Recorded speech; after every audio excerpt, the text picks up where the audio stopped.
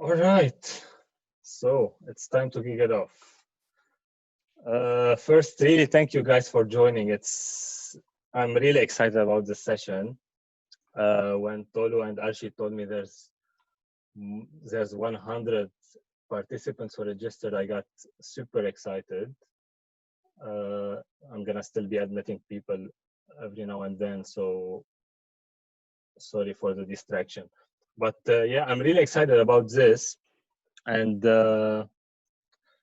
please let me know in case at one point you cannot hear me, because it's the first time I do such a huge Zoom meeting or training or conversation, whatever you guys want to call it. So I'm really hoping the technical side we won't have any problem on the technical side.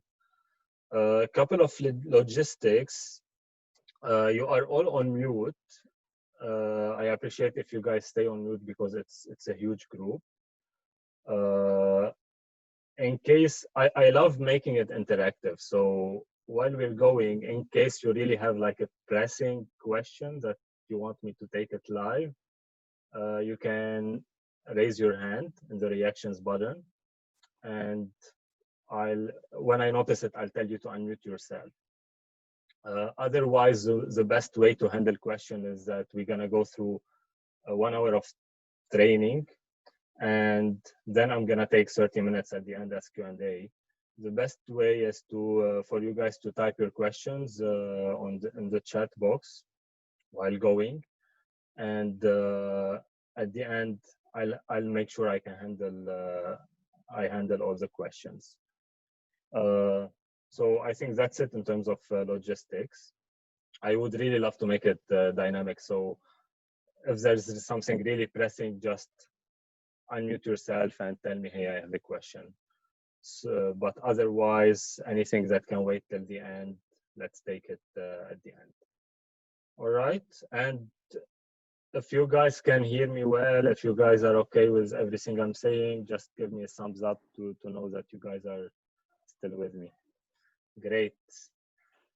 All right. So let's start with the context of this call. The contest. So why I'm doing this first. So I did an MBA, by the way. I'm HEC MBA class of 2016. So I started in September 2014. From my MBA experience, from my friends' experience, and I'm also a coach and I coach many MBA students, and from my clients' experience, I see a common set of challenges that MBA students face during their experience that no one talks about, and no one address. Career service address lots of career challenges, and alumni can tell you a lot about how to apply for a job. They can refer you. Like there's lots of support, except in that on the mindset part, which is like a very big part of the MBA. Why? Because the MBA experience is really an adventure. It's a big roller coaster of emotions, of highs and lows. So you really get to be. Sorry, I'm still admitting people here. You really get to be strong in terms of mindset and really know yourself and your patterns, what holds you back, what slows you down, what you really want, so you can really get the most out of your MBA experience. And I'm really excited about this call for like many reasons. First, because you guys are future MBA students. It means you are hungry for more. And it means you guys want to play bigger. You're hungry to play bigger. You want more from life than what it's currently offering you. You're ready to pay 70K, 60, 70K in tuition plus living expense, give up your income. So it's really like a big investment you guys are doing because you want to explore your potential and you want to move forward in life and you want to have more fun. You got to a point where you got to a comfort zone. It became boring for you. So you want to really have more fun, explore your potential, and you want to break limits. You want new challenges in life.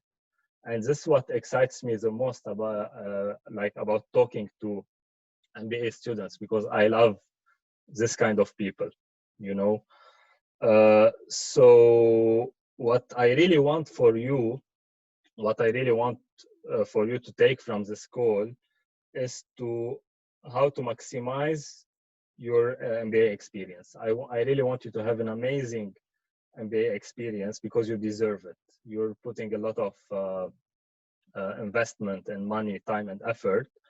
So I really want you to get the best out of those 16 months. I've been there, and I know the amount of sacrifice you guys are making and how hungry you are for more. So you really deserve to maximize it. So let's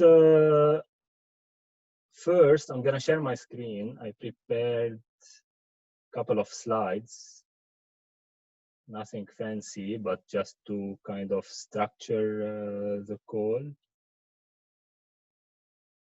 So, all right, I'm gonna share my screen.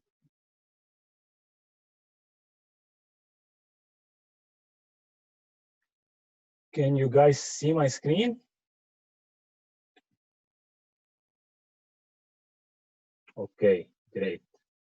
So as like I gave you the context of the call, I told you what I want. I really want for you during this MBA adventure, let's call it really an adventure because it's a big roller coaster for you. So I'm gonna take you through the key challenges that you're gonna face during this adventure, because every adventure is fun, exciting, but there's also challenges.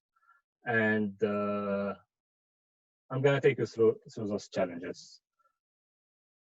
So during the MBA adventure, let's kick it off.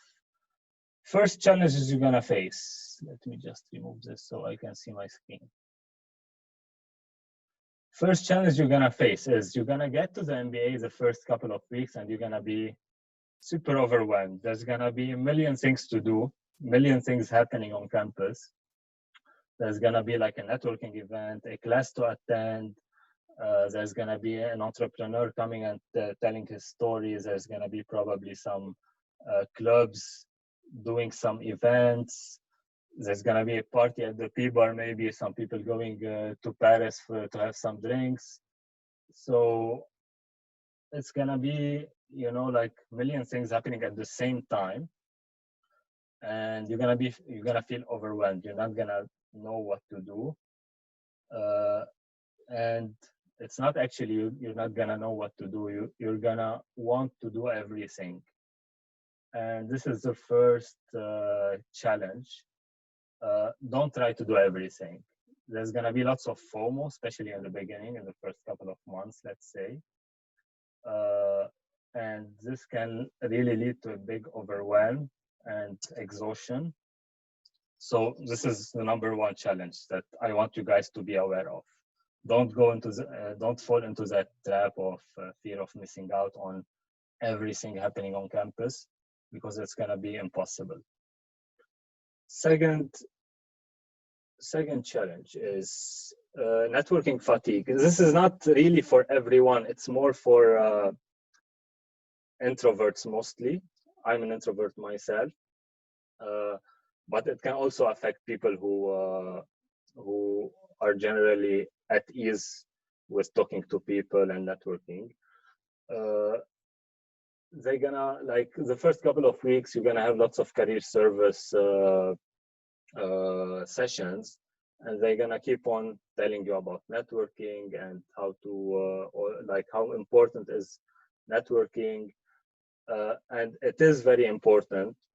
The thing is, like, for some people, from what I noticed with my clients especially, is that they sometimes tell me, I hate networking. I don't know how to do it. I don't like it. It's just exhausting for me.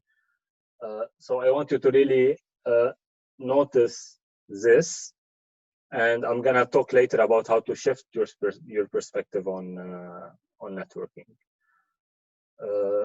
Just know that it can be exhausting and you might hate it. You will have to do it, And I'm gonna tell you later how to shift your perspective and be more yourself with networking. The key here is that you don't have to fake it while networking. All right. I don't know what's happening. Okay, third challenge. Internship pressure. So if you are September intake, you're gonna probably have an internship opportunity in April. If you are January intake and it's gonna be at the end, you might not have that pressure because it's gonna overlap with the full-time job pressure. But if you are September intake, you're gonna reach maybe 2-3 months before April, so beginning of the year, and you're gonna start hearing people getting internships, and you're gonna panic a bit and say, "Oh shit, everyone is getting internship." And even if you were not planning to have an internship, you might start feeling the pressure of having to go for an internship just because some people already found internship at fancy companies and big brands. So this is also another challenge that you might face, like feeling the pressure of finding an internship, even if you don't want to do an internship, or if you want to do an internship at a startup and you see people going for like big companies getting good money, because some internship pay really well, some internship pay nothing. So just be aware of that pressure that you might be facing. And then going forward, after you finish probably core 2, course in the middle of course 3, maybe term 3, sorry, you're gonna have what I call the mid-MBA crisis, because many of you are explorers. They don't know what they want to do after the MBA, and this is perfectly fine. This is how I was, and this is how like 80% of students are. They don't know what they want to do really after the MBA, and they kind of hope that during the first couple of months or 3 months or 4 months, they have more clarity. The thing is, it might be totally the opposite. You might go like reach halfway through the program and you find yourself more confused than ever. And this is where the crisis hit, and you really start putting pressure on yourself on having to know what to do. And sometimes people just start applying everywhere. So be aware of this mid-MBA crisis. The fifth thing, which relates to the previous one, is the reality check, because you get to the almost 75% of your MBA journey, and you guys now are dreaming big. You're going for an MBA. You're quitting your jobs. You're paying lots of money. So you have big dreams. You want to kind of change the world, and this is something totally legitimate. What happens is that mostly towards the end of the program, you start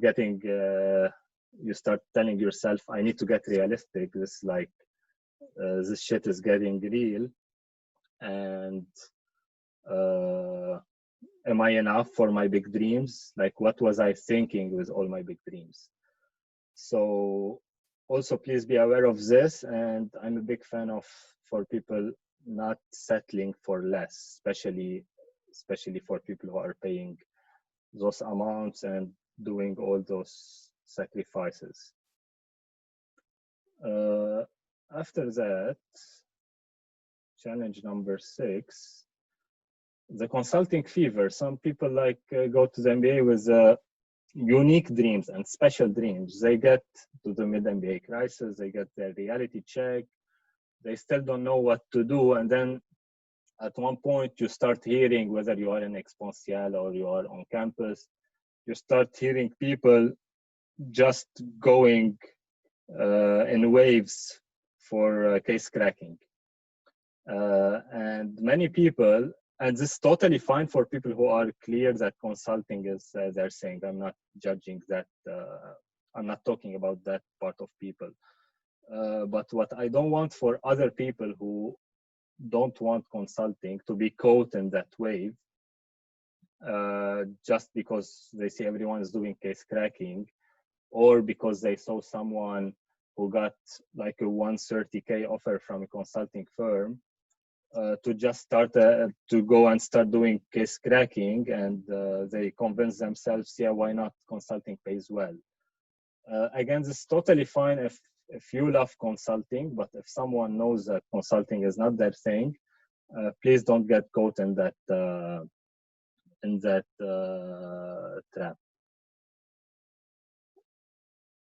All right, let me pause for a second. You guys are still hear me? You're still with me? Everything is going fine? All right, great. Seeing some thumbs up. So let's.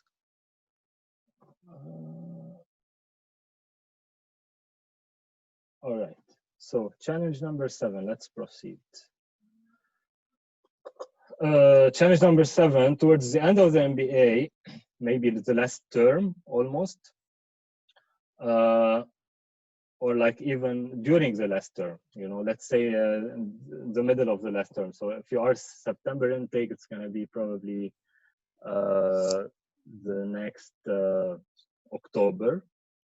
And so the last 2 months of the MBA, you will start hearing people having lots of interviews already, and you still don't have any interview. And you're going to start questioning whether an MBA was worth it. What I can tell you from now is an MBA is definitely worth it. So never question your decision of doing an MBA. It's the best decision you can ever make for your personal growth and your career growth, and also your personal experience. So please don't doubt your decision, because there's going to be times where you're going to doubt that decision. So don't go there, and be confident that you made a great choice. And even if you don't have an interview at, while everyone else is having an interview, the interview will come. And then moving forward, after you start questioning your MBA, you don't have an interview, you're going to start getting interviews eventually. And it's going to be the same, same cycle, same trap you're going to fall into. Because you might get interviews, but you don't have an offer yet, while other people already have offers. And you're going to start questioning whether you're good enough for the job market, whether, whether you're applying at the right places, whether your previous experience is enough, whether you're applying in the right country. So this kind of things. And what I want you to know is that, it's a trap. First, you're going to question your MBA, then you're going to question whether you're good enough. And then, which takes me to, sorry, I'm still admitting people. Whether you're going to start first you're going to question whether an MBA is the right choice, then whether you're good enough, and then you're going to start panicking, especially towards the end when the MBA finishes, and if you still don't have a job and you're running out of time and money. And this happened to me, by the way. Like, I got my job 2 months after the MBA finished. But this is when, towards December, this is when the panic mode hits, when people start leaving the campus, leaving back to their country, and you are still there without a job. You're running out of time and money. And this is where things can go both ways. You either maintain a strong mindset there, or you can go and kind of into how we call it, a vicious cycle. So, and finally, either if you panic or not, eventually you're gonna get an offer. That's what history tells us, that almost everyone gets an offer eventually, sooner or later you're gonna get an offer. So this is a set of the mindset challenges that you're gonna be facing during the MBA. What I want for you, like those challenges, we're not gonna try and fix them because they're gonna be there. It's part of us human beings. We always sometimes don't know what we want. We're gonna always have self-doubt. We're gonna have our external voices. So they're gonna be there. You're gonna get stuck. I'm telling you this for the sole purpose of knowing that whenever you face any of this, knowing that, okay, now I'm facing this, and know how to recover fast in order to maximize your MBA experience. Because for me, the most important thing is that you guys enjoy the MBA experience. As you saw, the result at the end is kind of the same. You're gonna all get the offer. What matters is that you enjoy the experience, you have fun during this experience, you maximize your growth, so you get really the most out of it, or what you want to get out of it, and you get really what you want for post-MBA, so really the job you want, considering you are hungry for more, considering you are like, you want to play bigger, and you want to explore your full potential, so don't settle for less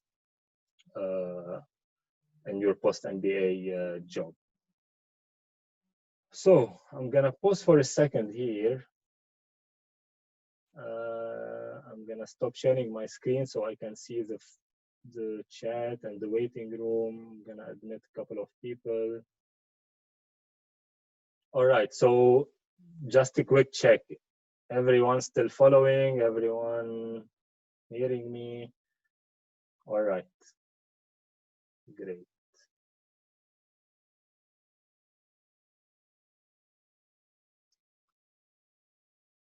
And another check, like any of you guys have like a very pressing questions that want me to take it live? If any of you have a question, you can like put a thumb up or like raise your hand and you can unmute yourself. I think we have a couple of questions in the comments, but we can keep them for later on. All right. Ipshita, you raised your hand. So please feel free to unmute yourself and go ahead.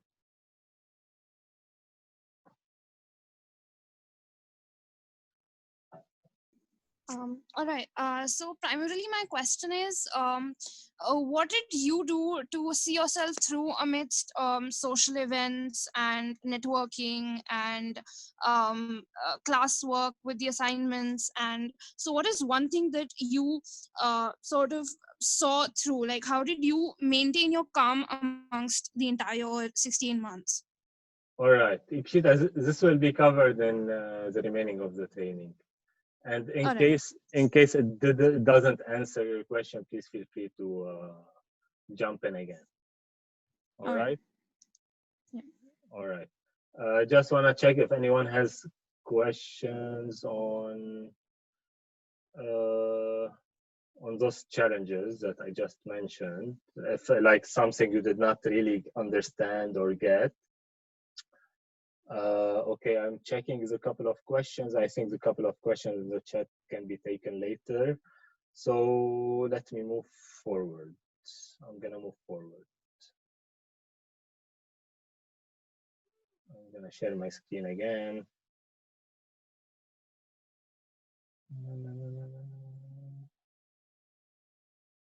All right.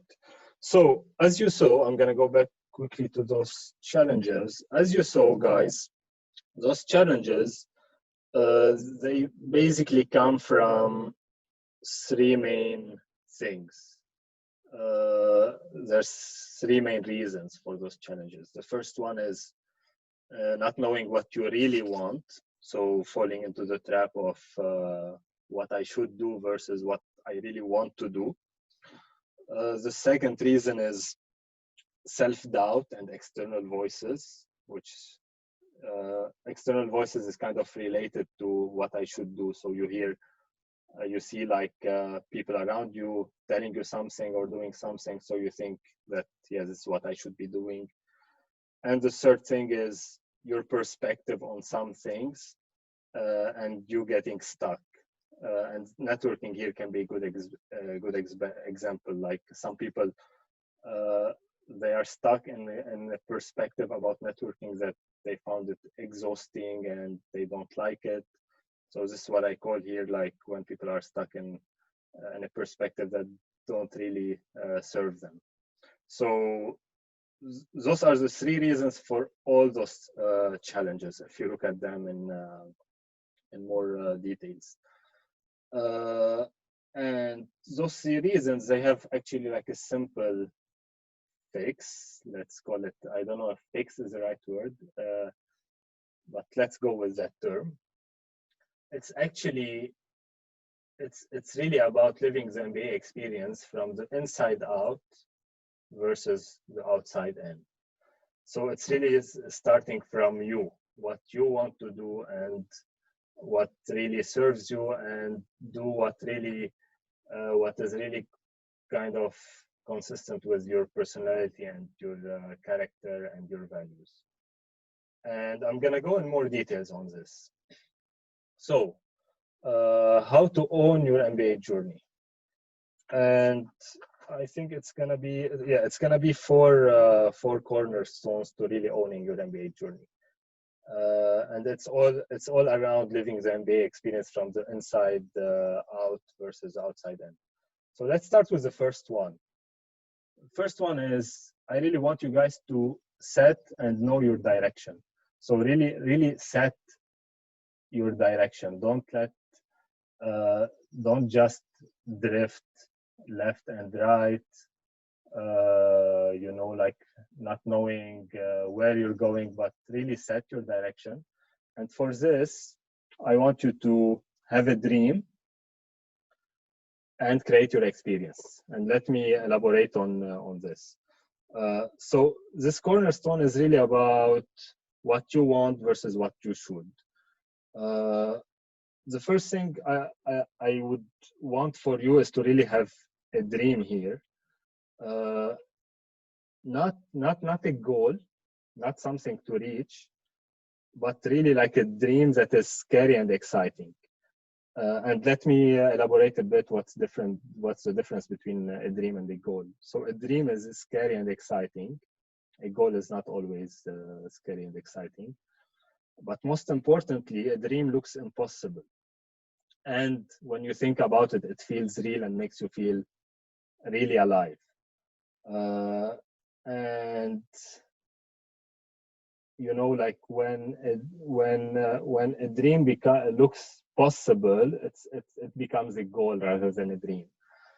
So why I'm telling you here to really have a dream while I'm saying it has to look impossible, it's because it's gonna really drive you to create your path versus manage the circumstances. So there's really like here the distinction between creating what you want versus managing whatever comes to you.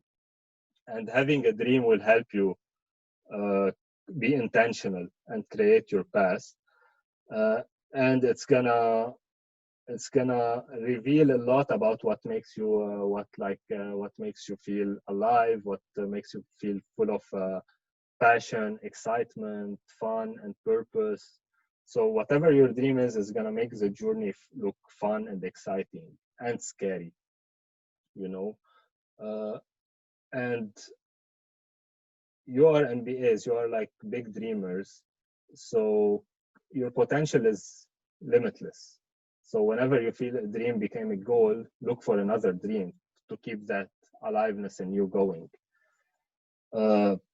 The second thing, so like the dream is more, it's gonna set your direction towards after the MBA, like it's gonna help you have kind of a compass, like where do I wanna go after the MBA? It's not gonna be your goal, it's not gonna be like the job you want, but it's gonna be like more of like a compass, like direction. It's not the destination, but like a direction. And this is an important distinction here. So first have your direction, and then create your MBA experience. Don't jump too quickly into the post MBA experience, but like just focus on your MBA experience. Just focus on those 16 months and really get clear what you want to get out of those 16 months. Because, you know, people, you guys are going to be probably in your batch, it's going to be around 200 between September, January, probably more because now it increased in size. So people do an MBA for like 20 different reasons or even more. So don't wait for people to have the same experience. Some people are gonna go in that direction. People are gonna focus more on fun. People are gonna focus more on networking. Some people are gonna focus more on switching careers. Some people on personal branding. Some people maybe are there for the academics. You know, so it's gonna be really different. So you can do a simple exercise here to really be intentional about your experience, and you can ask yourself a simple question. And this is what I usually start with when I work with MBA students in one-to-one coaching. Just ask yourself, and don't put on yourself pressure to have the right answer. It's more of an inquiry that you can keep on thinking about. At the end of the MBA experience, so December 2021, when I look back at my 16 months or 12 months for January, if I get to describe my experience, my MBA experience, as being the most amazing experience of my life, what would I have done there? How would it look like? So just do the simple exercise, and it will kind of reveal to you what you really want to get out of those 16 months and what you want to focus on. And there's no manual here. There's no like how to. It's really up to you to create that experience the way you want it and the way that serve you best. All right. So after you set your direction, you have your direction set. You know where your potential is. You know what, like how you want your experience to look like. Along the way, I want you to notice and know your patterns. Your patterns is basically what holds you back. You know, like what slows you down. And to do this, I want to offer you here like some, let's call it, I don't know if wisdom is the right word, but let's call it wisdom.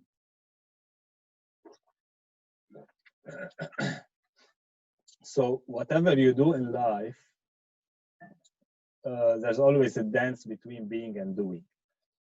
And what happens in our society, in our corporate culture, and the way we run our lives those days is that we forget the being and we just focus on the doing. We have to do this today. We have to achieve that. We have to finish those tasks. And we totally forget how we're being. Sorry.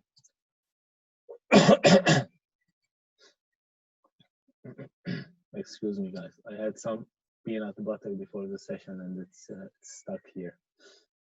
Anyway, so I want you to notice your being while doing, because you can do the same thing, you can achieve the same thing while being in a totally different way. So you can achieve something while being fun, creative, passionate, fearless, curious, whatever. Or you can achieve the same thing while being stressed, anxious,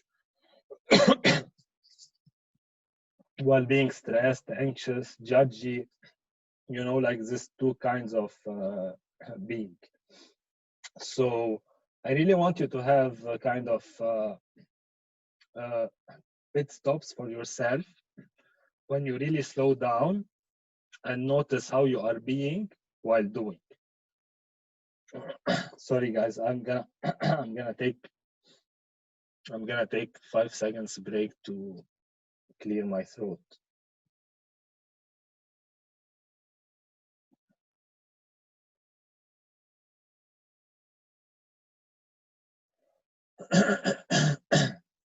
All right, let's see if it's fine now. So being and doing, you can do the same thing while being fun, creative, passionate, blah, blah, blah, or being stressed, anxious, judgy. And I really want you to pause and notice, in case you are in the stressed and anxious being, I want you to notice what's causing this, what's holding you back. And there's like many things that can be the cause for this. Like, we all have our patterns. We are all human beings. We have our patterns. Sometimes it's the perfectionist in us that want us to do everything in a perfect way, and then we get stressed and anxious. Sometimes it's the pleaser who wants to please everyone. Sometimes it's the controller who, if not everything is under control, feels a bit, anxious. Sometimes it's the victim in us. Whatever happens, it's against me. So there's really like many patterns that can affect us. So the trick here is to really notice and know your patterns. And to do this, I want you to slow down and notice how are you being while doing what you have to do during the MBA. Because again, I'm gonna remind you here, the most important thing for you is to have fun while going through that growth journey. And the third thing, after you drift, in case you drift, and you will drift because this is part of being human, the trick is to recover. So the art of recovery is something very important. And I like to give a metaphor here, which is a tennis game. What really differentiates the very top tennis players from the top, like the very top from the top, is the art of fast recovery. So after you hit a shot in a tennis game, you basically have less than 1 second to get over it. So let's say you hit a bad shot, it hits the net or it goes out of bound. You can either start like blaming yourself and judging yourself and saying, I'm a bad player, and then the whole set maybe it goes to trash. Or you can immediately recover from it. And this is what top tennis players do. Like, okay, it's bad. Like, what can I take from it? And keep on moving forward. So the art of recovery is something very important, especially during an MBA program that is very short. Not very short, but that is short. It's like 16 months and you are paying a lot for those 16 months. So please do not waste time during those 16 months trying to beat yourself up or like judging yourself or anything. Whatever happens, just take what you have to take from it, what you have to learn from it, and keep on moving forward. And this is why having direction is very important, because if you have the direction that we talked about in the beginning, will help you recover faster and help you know how to move forward. And I put commitment here as like a sub bullet point. People are still coming. Commitment. Why I put commitment here? Because sometimes you're gonna lose confidence and you're gonna lose courage during the MBA. And that is totally fine. That's again part of being human. No one can be 100% of the time confident. Like the doubts will be there. So don't worry about confidence and courage. Just be committed. Once you have your direction set, commit to that direction, because this is what's gonna make the big difference here. once you don't have a commitment gap anymore, confidence and courage will follow. And what I mean by commitment gap, so like whatever you want to achieve during the MBA or post MBA, commit to it fully and ask yourself like how much I'm committed from 0 to 10 to my direction or to my path. And if the answer is like really below 10, if it's 7, 8, whatever, just ask yourself what would it make it 10 for me? And if you want like to challenge yourself even more, if it's 10, just ask yourself what would make it 15 over 10? Because commitment is really what sets successful people apart from others. The highs and lows are going to always be there. Commitment is what's going to get you out of the lows. So I can really not emphasize enough the importance of commitment. And the second bullet in recovery is flexibility. So be flexible. So what that means is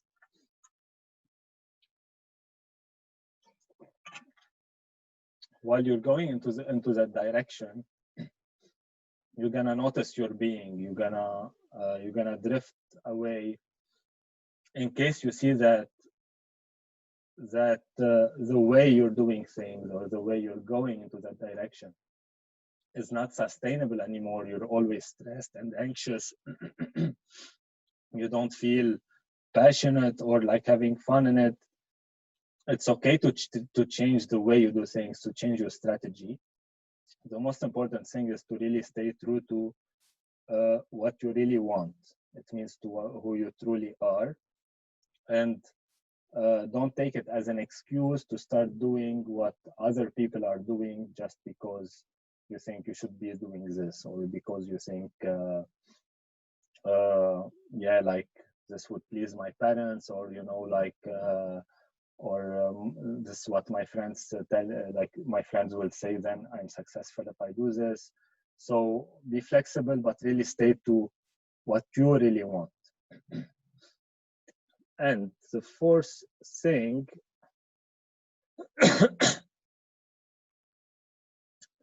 is support. So I also cannot stress how important is this. Build and use your support system. So ask for help. I can repeat this like 10 times, but please keep on asking for help from whoever can help you. Sometimes, like as human beings, we don't want to ask for help because we want to show that we're able to make it by ourselves.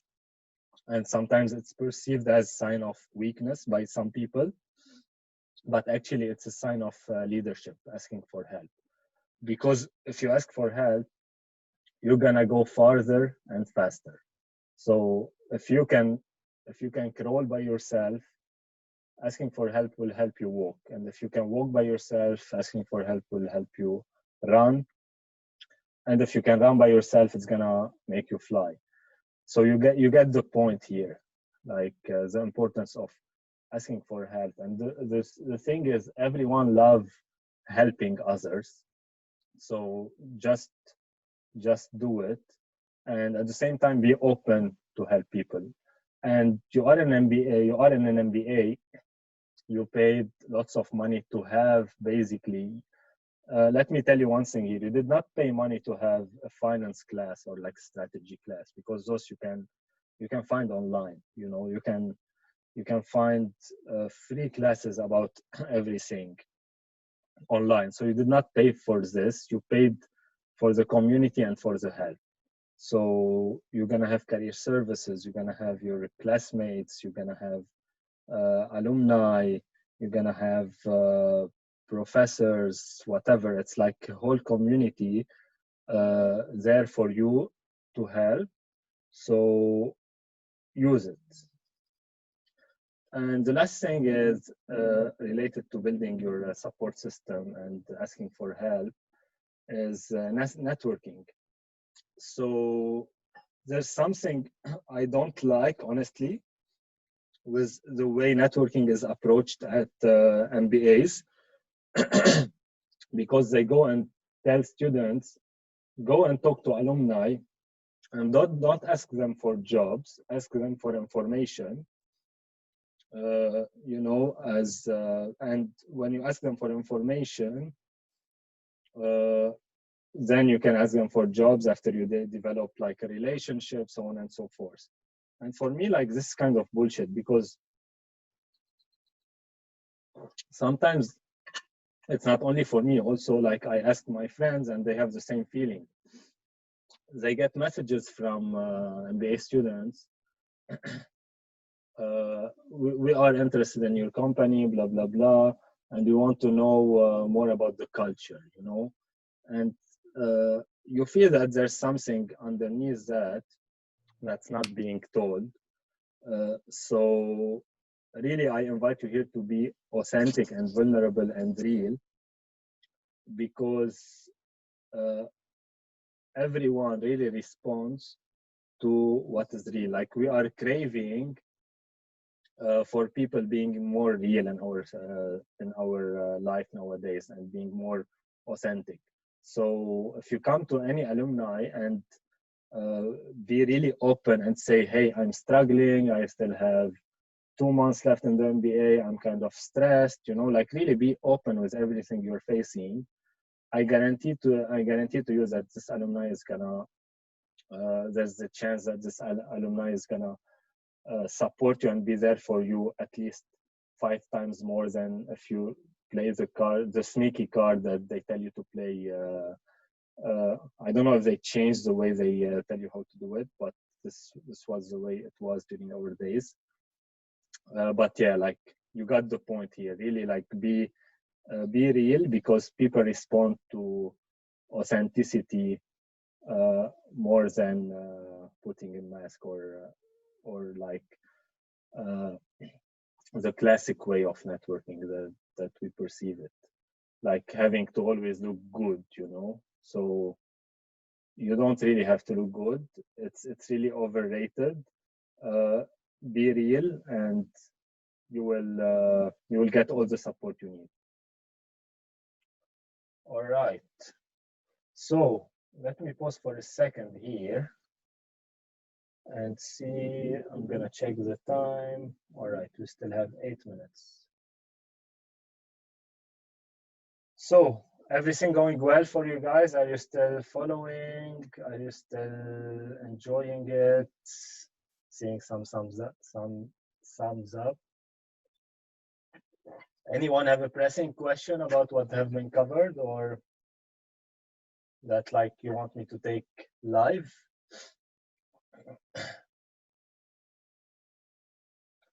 All right, I'm gonna keep on going, and I'm really looking forward to the question. I'm gonna check the Google Docs that Tolu and Arshit are preparing. We already have 6 questions. That is great. All right. So let me continue with the presentation, and I have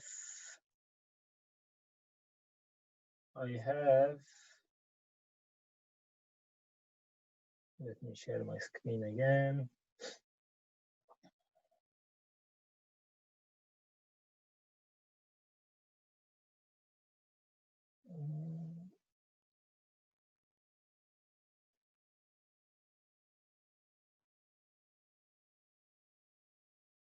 All right. So as you see, guys, we kind of touch on many points here, but it's been still admitting people.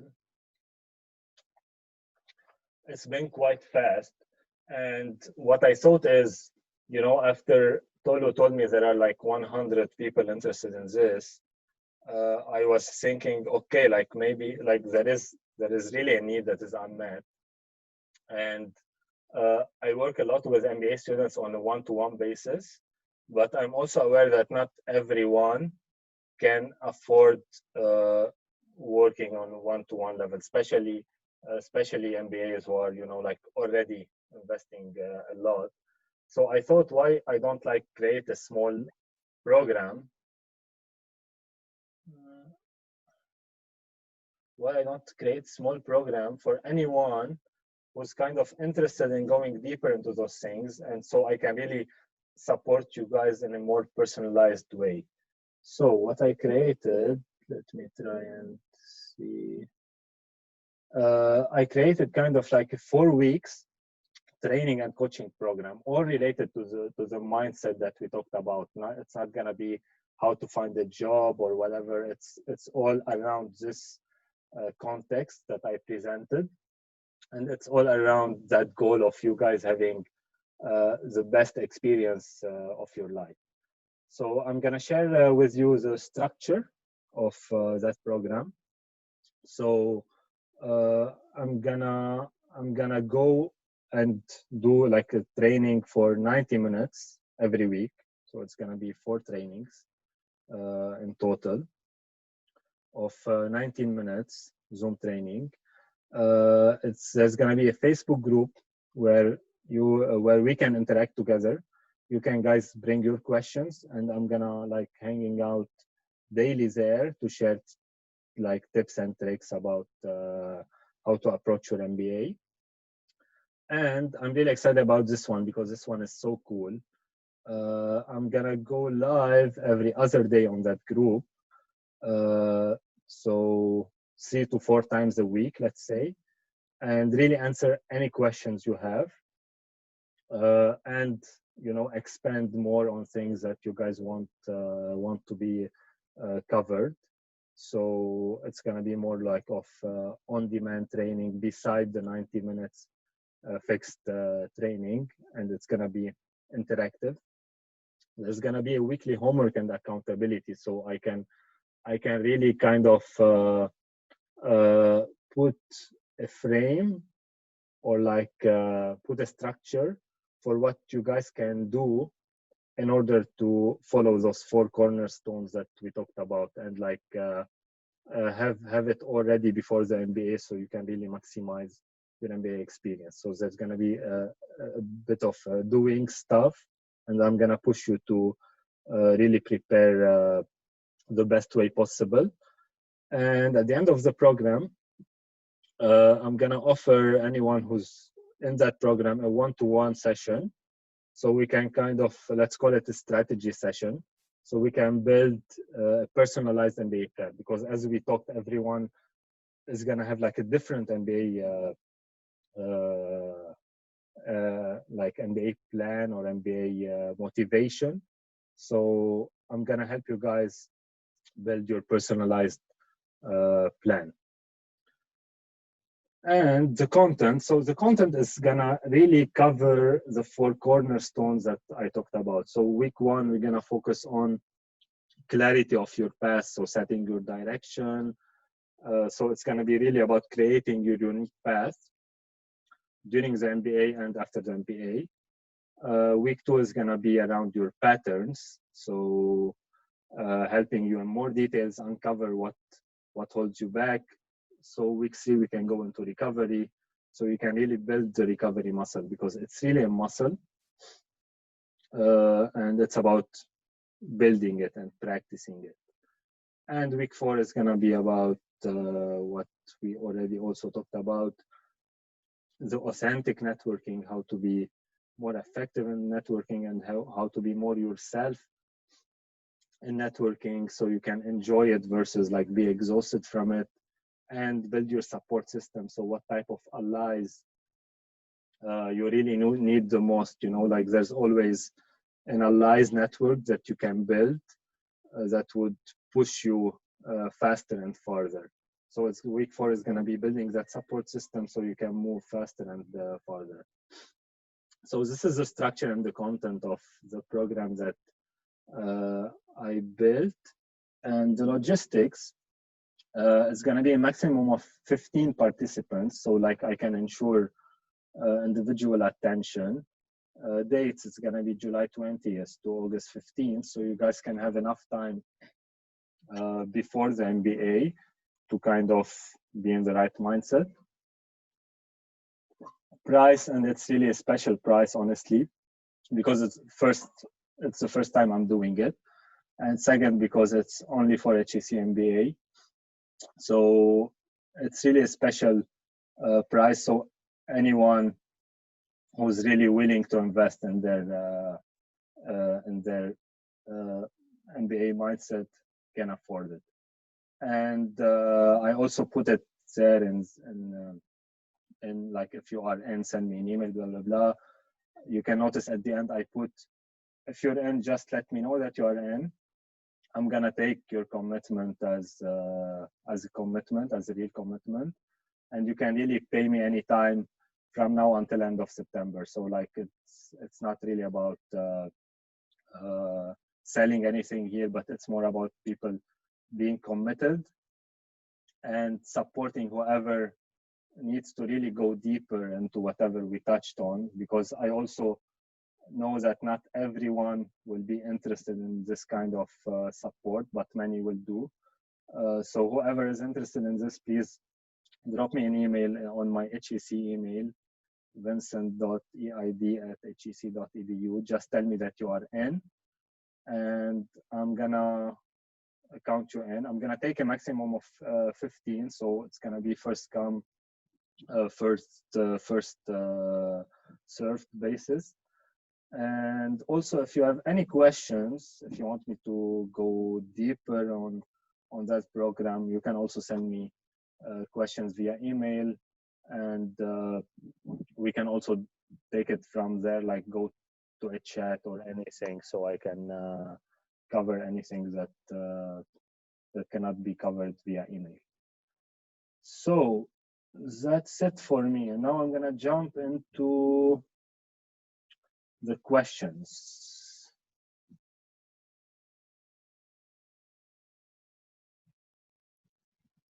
I'm still admitting people. Too bad that some people are still joining now. So let me make sure everything is still going fine before we jump into Q&A. All right. So Q&A. We have 9 questions and we have 30 minutes, so we have plenty of time.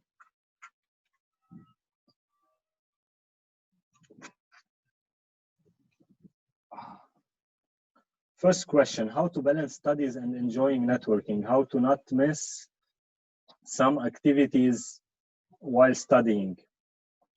I would love to make it more interactive, if, just to know who asked the question. You can just raise your hand, whoever asks this question.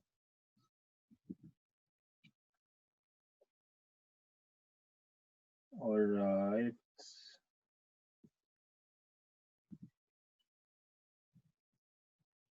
All right. No hands raised, that's fine. So, how to balance studies and enjoying networking, how to not miss some activities while studying. It goes back to really creating, like setting the intention of your MBA experience. Like, what are you there for? As I mentioned in the beginning, you cannot do everything. You have like a very limited amount of time. You have 24 hours a day. Obviously, you need to sleep, you need to recharge. So it's really being intentional before the MBA. What are you there for? What matters to you the most? Is it fun? Is it networking? It can be that like everything matters to you, but really put priorities. Like I'm there for mostly fun. Then okay, you can put more attention on fun. I'm there mostly for networking. You know, like it's really a question of being intentional and prepared before the MBA, rather than waiting to be there and being overwhelmed by everything at the same time, and then prioritize later, which means you can miss out on a couple of months of like stress and overwhelmed. So I really want you to save time and effort here and really be prepared beforehand. Does that answer the question? All right. Second question, let's see.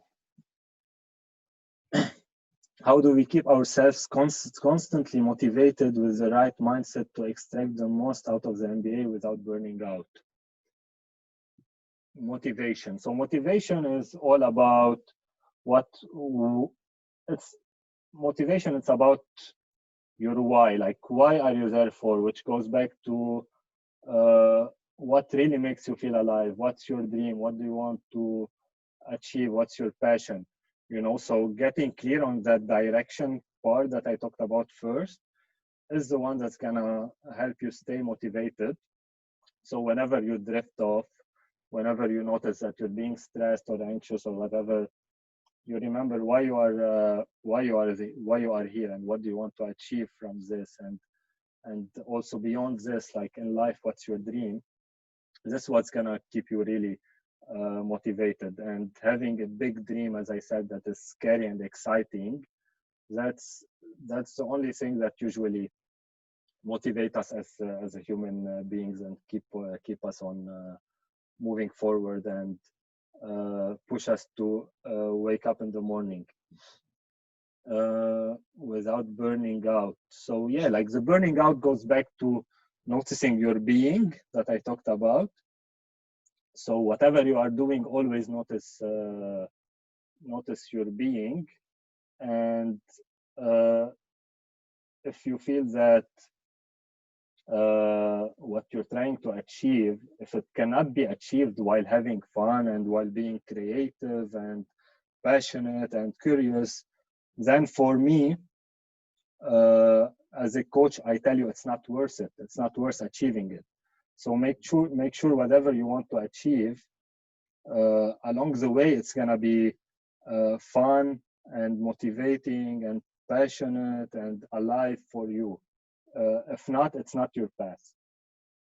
That's like the simplest answer to this.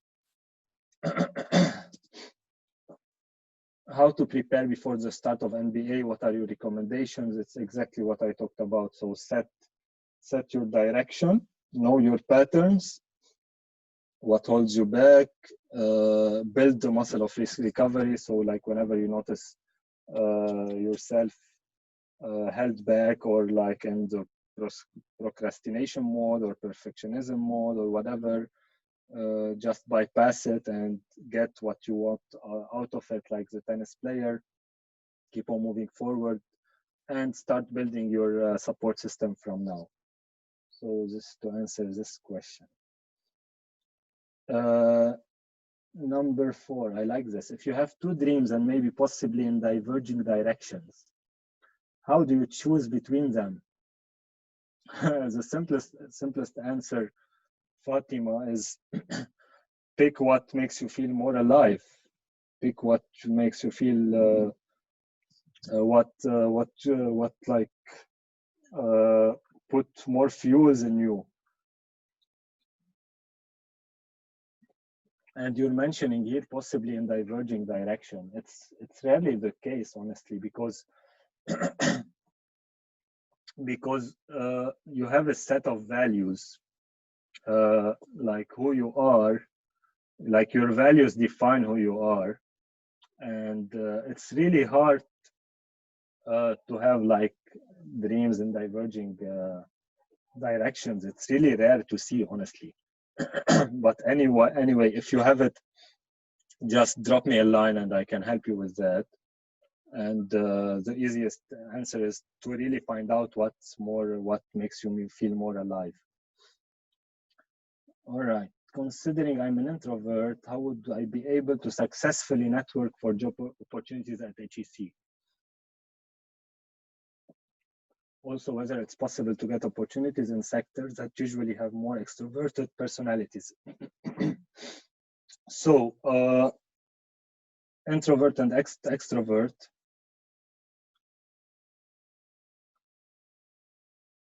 I'm getting a message from Tolu that some people are kicked out and they want to join. So let me pause for a second here, and yeah, I have one person waiting.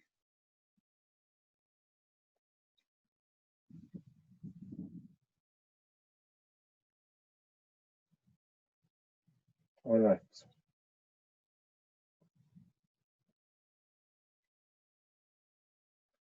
All right, so I'll go back to this question. I'm an introvert. And I want to basically network for job opportunities in sectors that are more for extroverted. So let's not use introvert and extrovert as an excuse, please, because Barack Obama is an introvert. Richard Branson is an introvert. You know, like this, like there's not more extroverted people who are successful in life more than introverted people. So this is not an excuse. The simplest difference between the two is how they recharge energy. Introverts want like recharge energy by staying alone. Extroverts recharge energy by being with people. That's the only difference. It doesn't mean introverts people cannot network. So there is a perspective shift that can be done here. And as I already mentioned, the simplest way to make networking fit your personality is to be really authentic and real, and not try to be someone else or something else. So just bring your whole self to a network, to like a networking event or networking conversation. Bring your emotions as they are, bring your problems as they are. Opens up, because this is what, if you open up, you're basically helping the other person to really open up as well. And this is where like the human connection will really happen. And when human connection happens, this is where like the support also happens. So really aim for a human connection rather than transactional, like making it transactional connection, you know. Because if you think about it, alumni, they also get plenty of messages from MBA students. And I experienced this myself. So when like a message or like interaction is more human and more real, you tend to more like support and interact with it versus like a transactional connection. Hopefully this answers the question. All right, number 6, it's also about networking. Other than being authentic, real, and vulnerable in your approach, what else would you suggest with regards to connecting with alumni or the corporates at networking events? And this is from Deep. Other than being authentic, real, and vulnerable,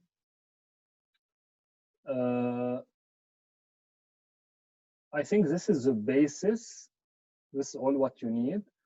On top of that, you need to be maybe a bit more specific on what you want from them.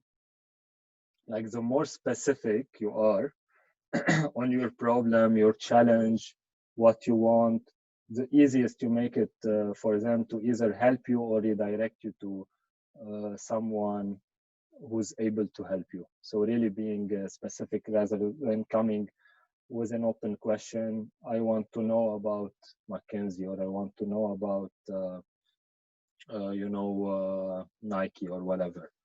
So being specific about the challenge that you are facing helps a lot.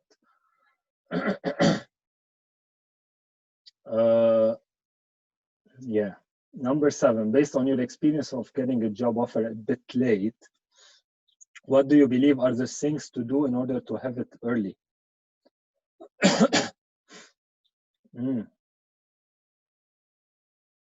That's an interesting one. So to have, there are many variables in the job hunting process, and you cannot control all of them, honestly. There's many variables that are out of control, because let's also be realistic here, there's lots of luck in job hunting. So, and this is a part you cannot really control. What you can control is your numbers. It's a numbers game, and this is what it's good for you guys to know. And being more specific. So if you are more specific, it's easier for you to prepare for the interviews and to keep the cover letter the same, so on and so forth. So being more specific, apply to as many applications as possible, and be in the right mindset. It means go to the interview as if it's like the only chance to impress, you know. Go with all what you have, play big, don't settle for less. So that's it, like basically mindset preparation, numbers game, and being specific in what you want. What did you do in the time between graduation and getting the offer? How did you handle the situation? And this from Abdullah.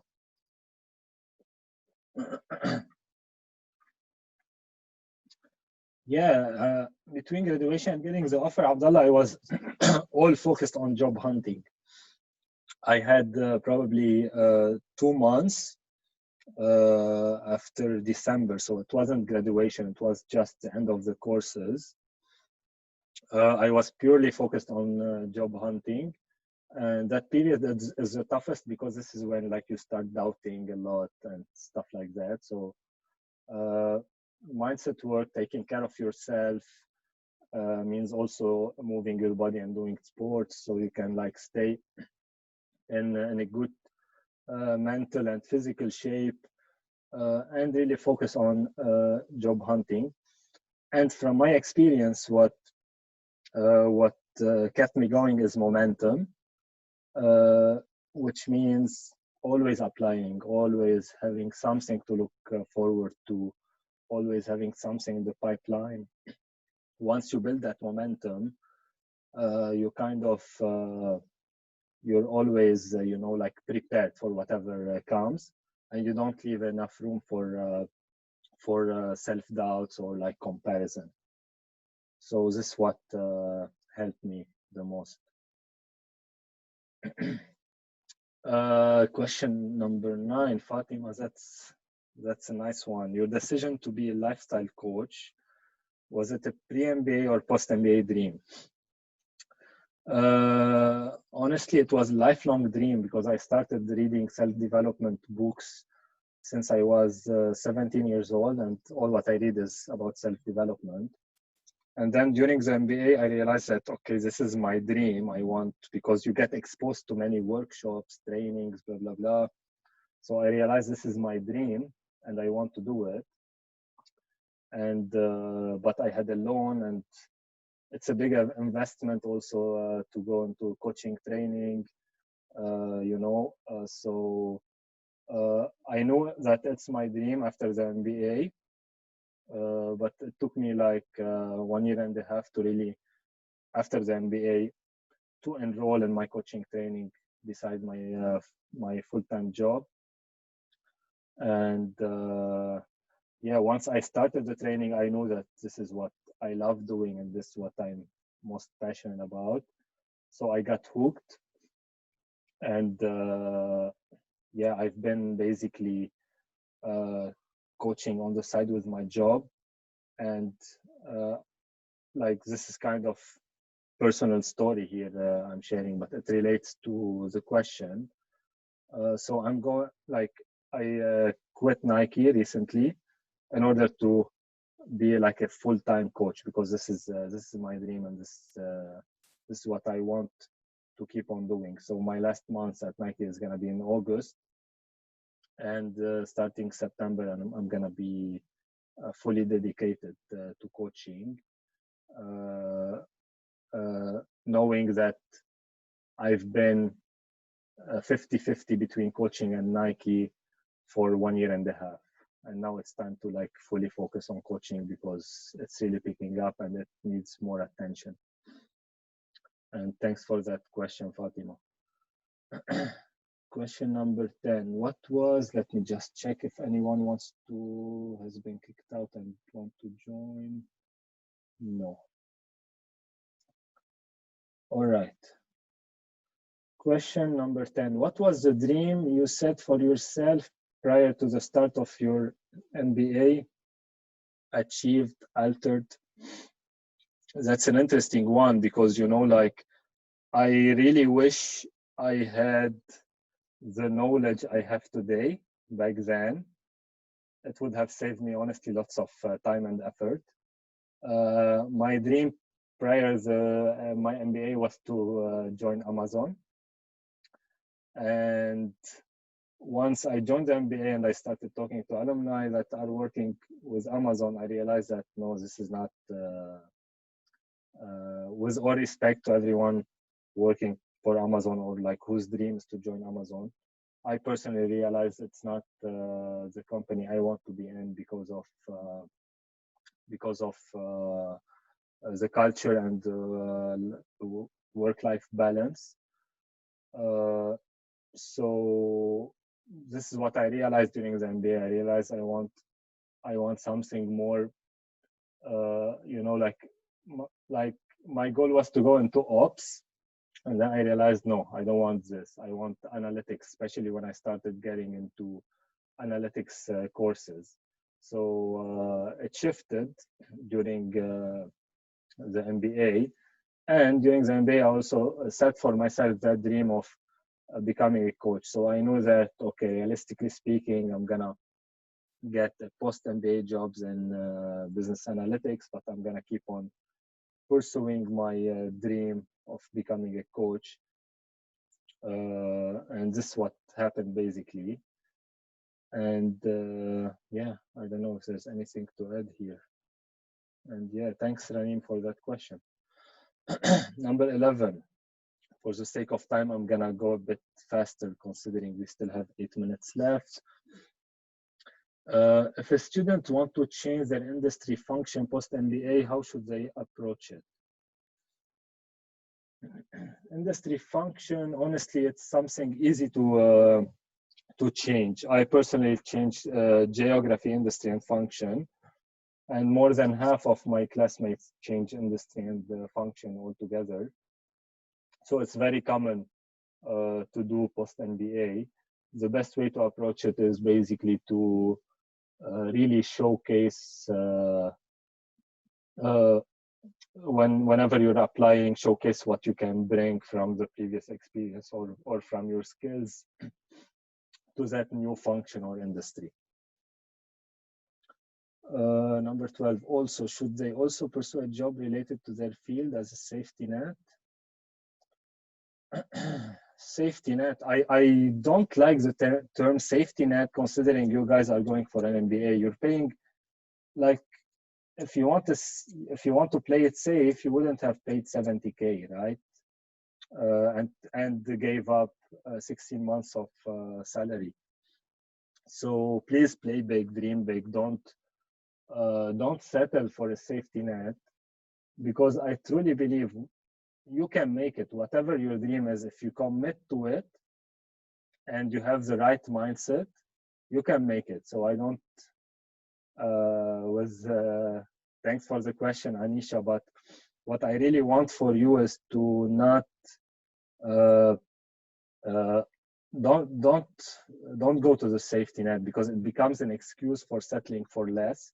Have plan A, plan B, plan C, but let them be all stuff that you know, like, help you explore your potential and play bigger than you're currently playing, because this is what you want from the MBA at the end. You want to move forward and really explore what you can do in life. Number 13.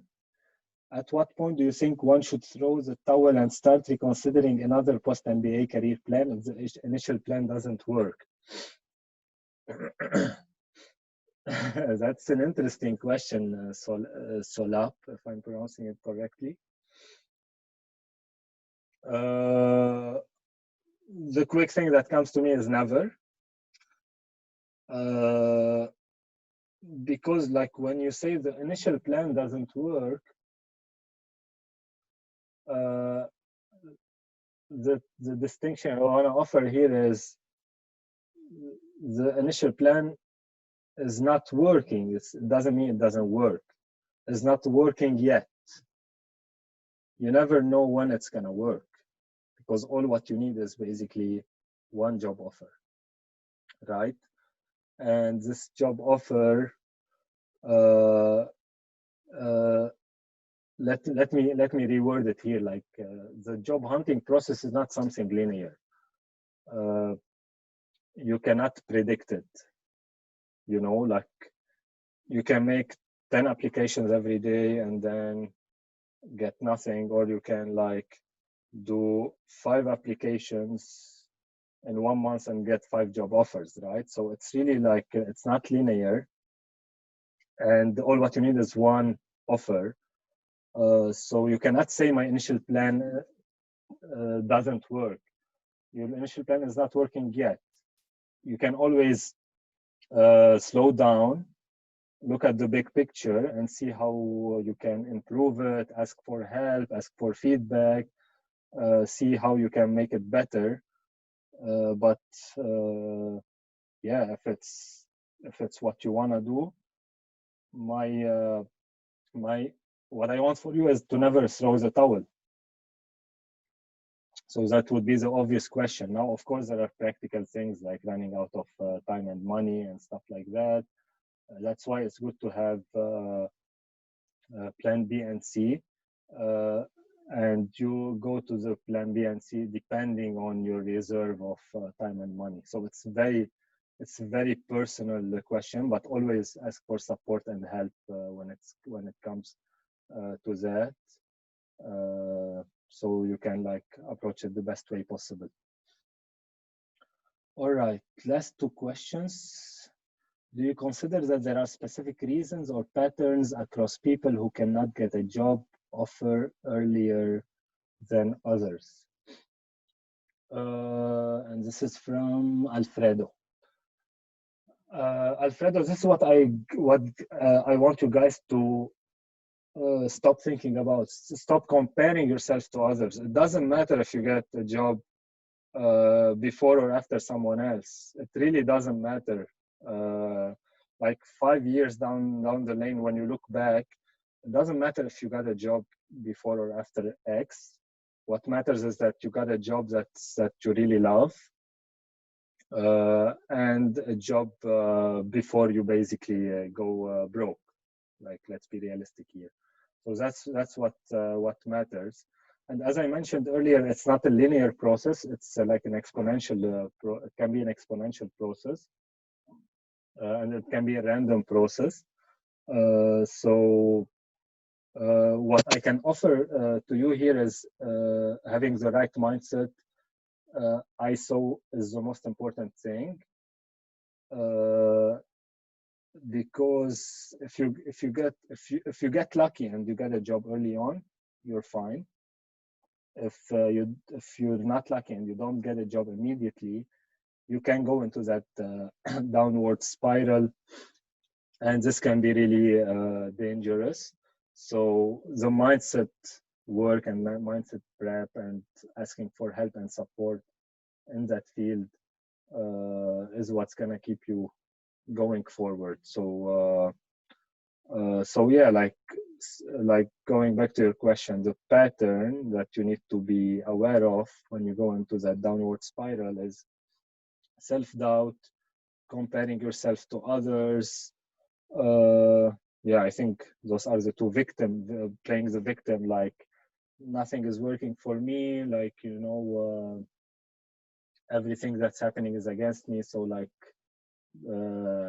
be aware of your victim story. I think those are the main 3 patterns that I see across people who go into that downward spiral of not getting a job later.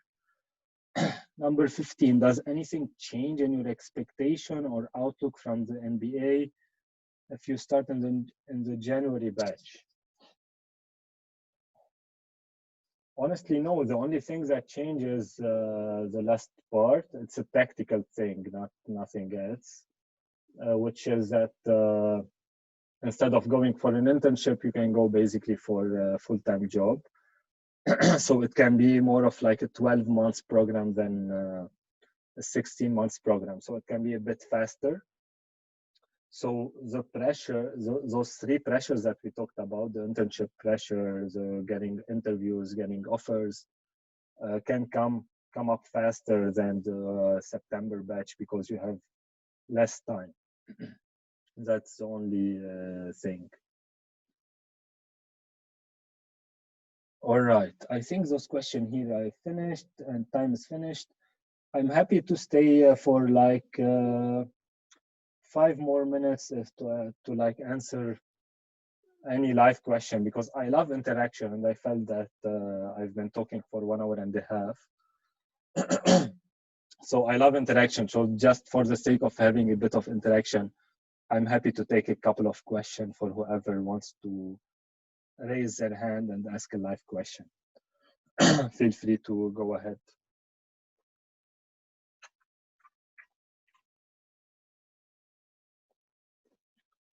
Wetonu, yeah, please feel free to unmute yourself and shoot.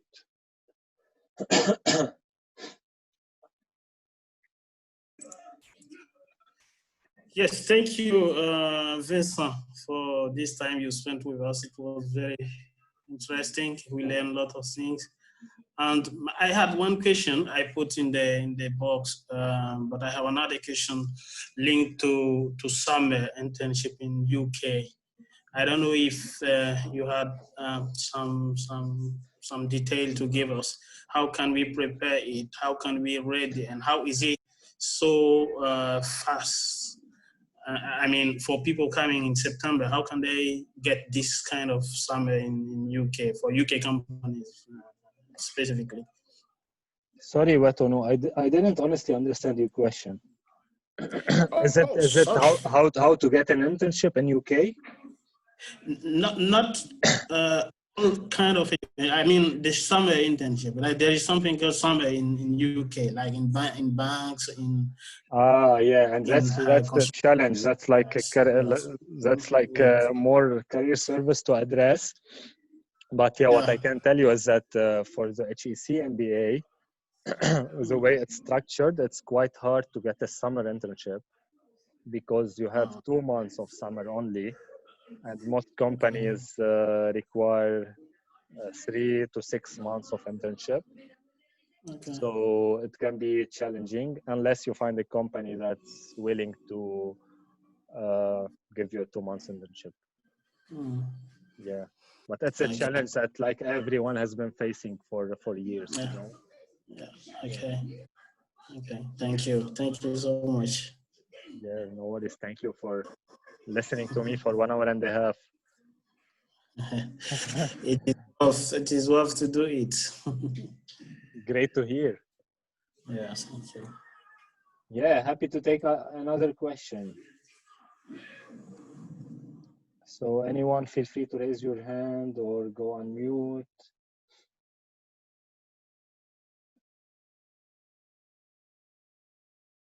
Otherwise, I'm gonna quickly check.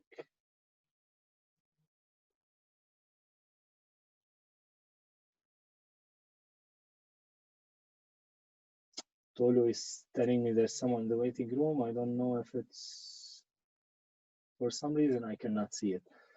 Anyway, thank you so much, guys. There are a couple of questions in the chat room. 2 more. Okay, the last 2.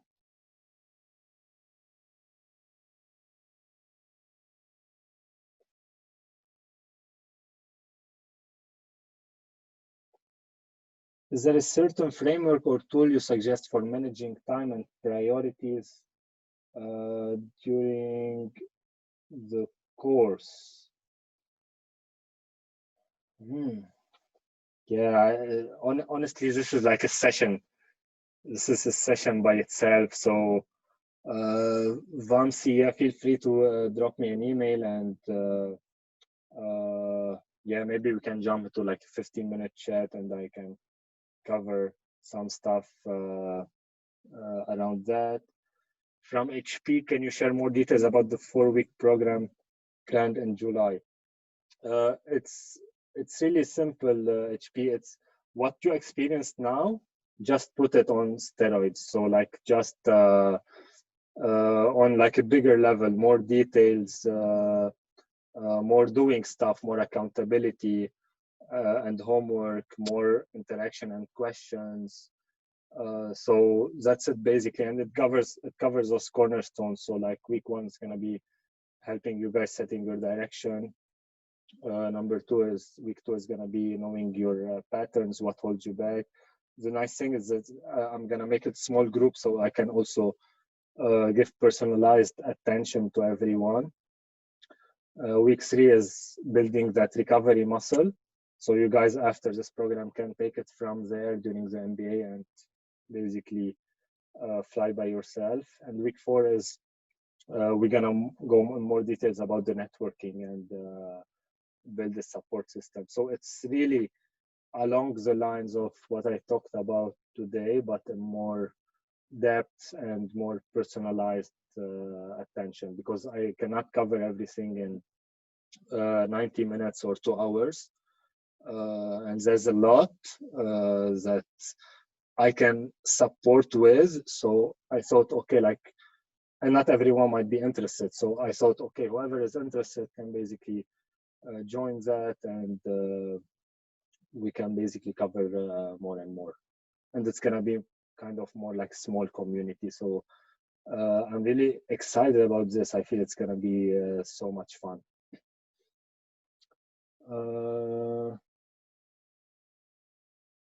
All right, I think that's it.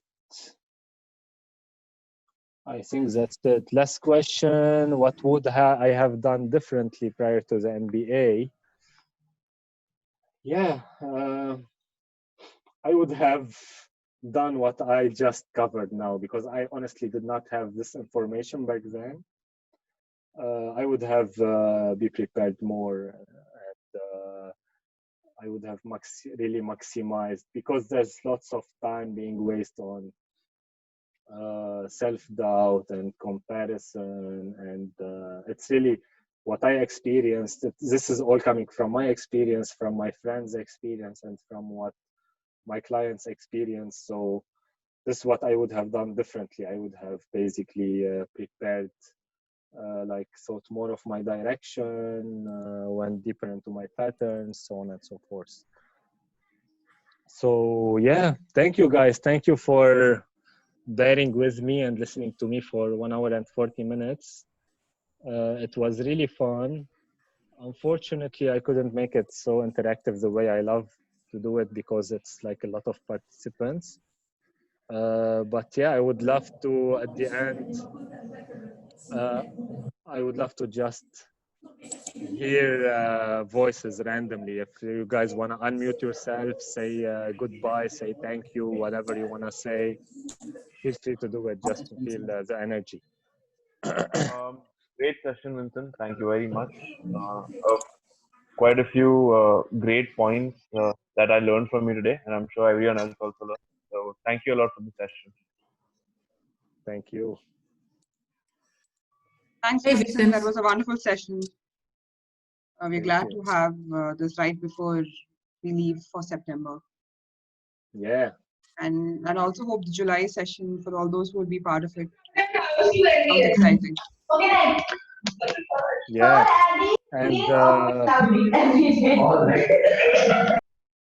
there's a loud voice, but yeah, really thank you guys for being here, and I really want for you the best in your MBA experience, because you deserve it. Yeah. And, Hey, Vincent, thanks for the session. It was really wonderful to hear what your experiences, and also to get to see the HEC class members, right? It's quite nice to see everyone here and also learn from you. definitely. All right. See you guys, and all the best. And please stay in touch. Bye-bye. Thank you very much. Bye, guys. Thank you, Bye. Vincent. Bye-bye. Thanks a lot. Bye. Bye.